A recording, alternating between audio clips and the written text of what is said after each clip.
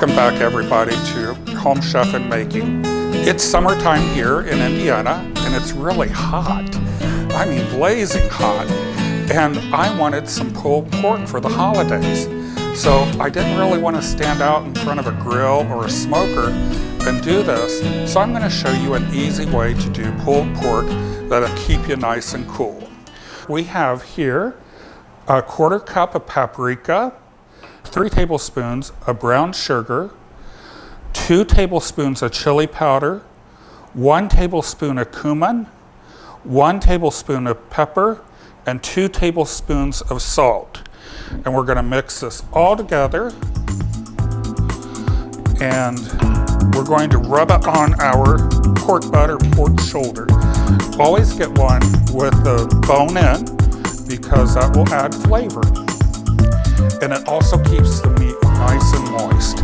So I'm mixing this all together, just like this, breaking up the brown sugar.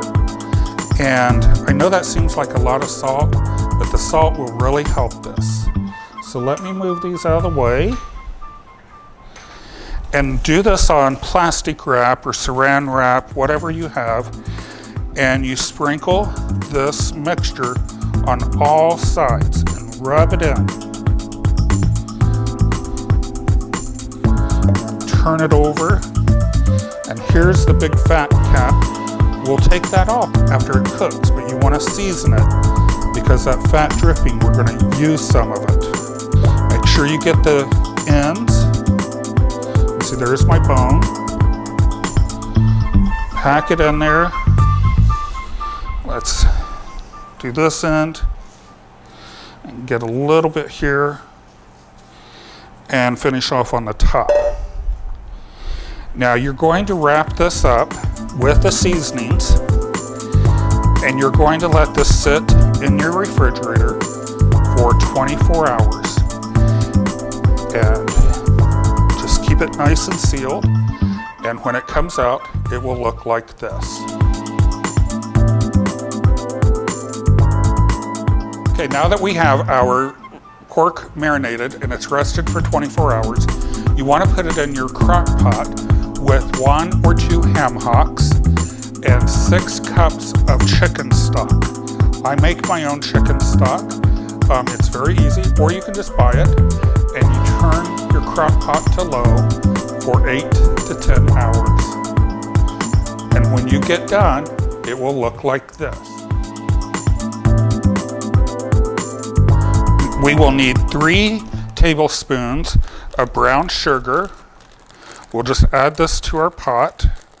And I'm just going to kind of eyeball it.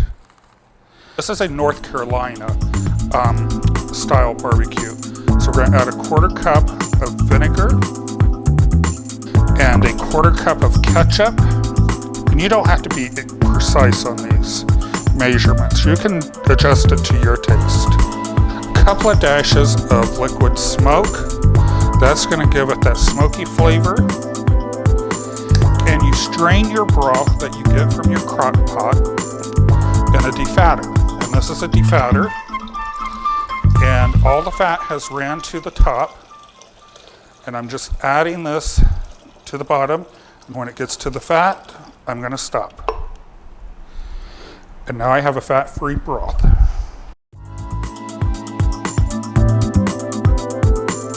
We bring our sauce to a stove and we're going to stir it, and we're going to reduce this by about half.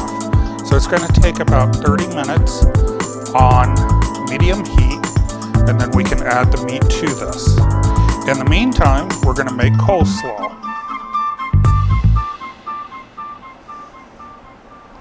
We're going to make coleslaw, and this coleslaw recipe will be the taste of it will be very familiar to you. It tastes like a very popular fast food chicken restaurant. And the only difference is this does not have MSG or any flavor enhancers in it. So I've just got a bag of coleslaw mix, some whole milk, some vinegar. We're going to sour our milk to make buttermilk. So let's go ahead and do that right now. It takes the measurements on this are not exact. It is on my website, but probably maybe a little bit more than that. Maybe looks like about a cup. We're going to put in some cider vinegar, white vinegar, lemon juice, whatever you want, and it'll sour it, turning it to like buttermilk. And we're going to let that sit for just a second while we add some salt and pepper and some sugar. Now this recipe, once you put everything together, you need to let it sit for 12 to 15 hours. And I already have one done for us that we can see. And we're going to add some pepper.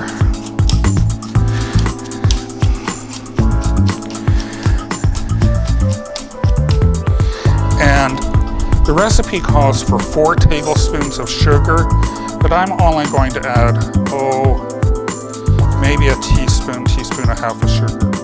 Our milk is already soured. You can see it's curdled. And we're going to add that. And see it's curdled. And we're going to add a squeeze of a lemon.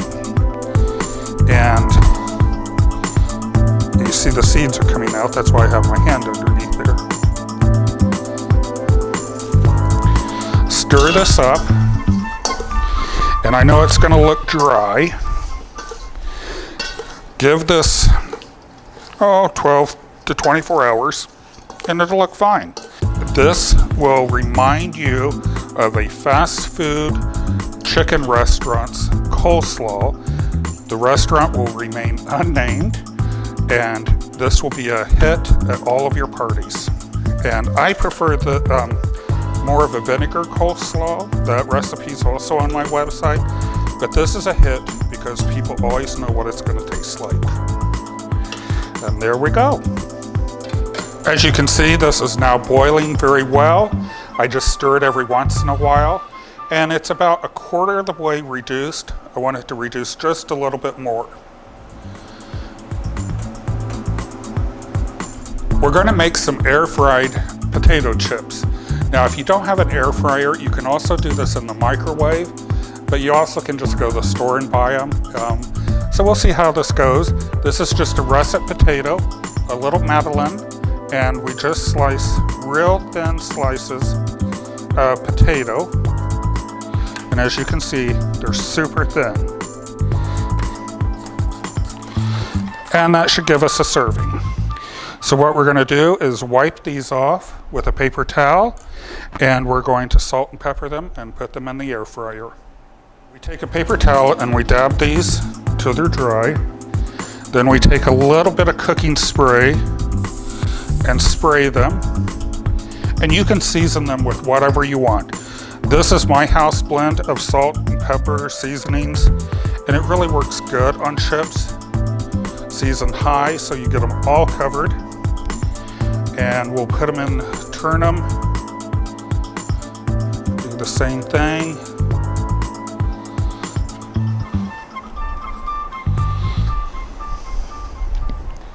A little bit of spray.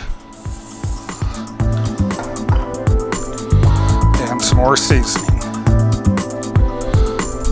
And these are great to take to a picnic, to an office party, whatever. So now we're going to heat up our air fryer and get them in.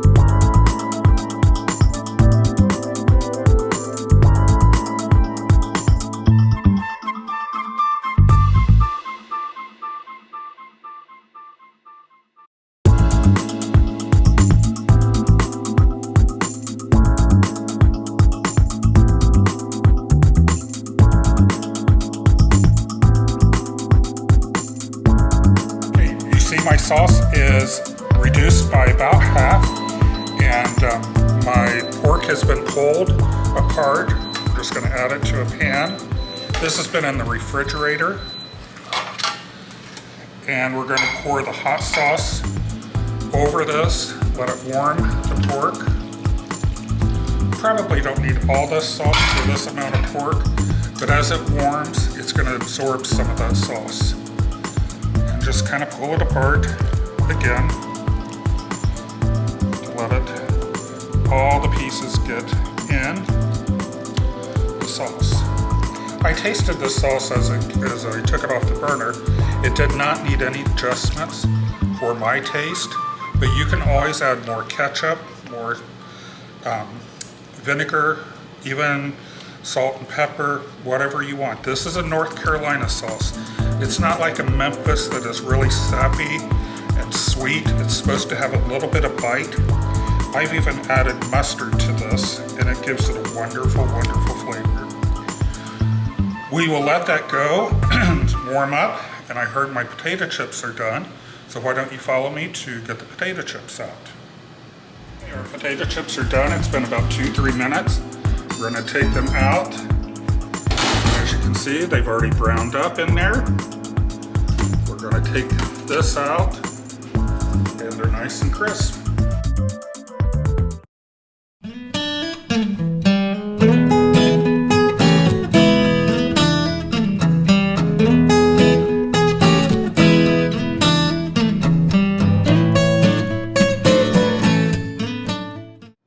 Now we're ready for our final presentation of our all-American holiday meal. Air-fried potato chips, a lot healthier for you. Homemade coleslaw, the copycat recipe.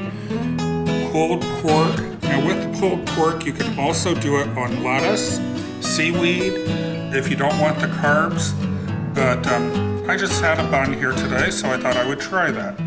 And this would all go down with a nice cool beer. So let me give this a try, see how it is. I dare do this on TV here.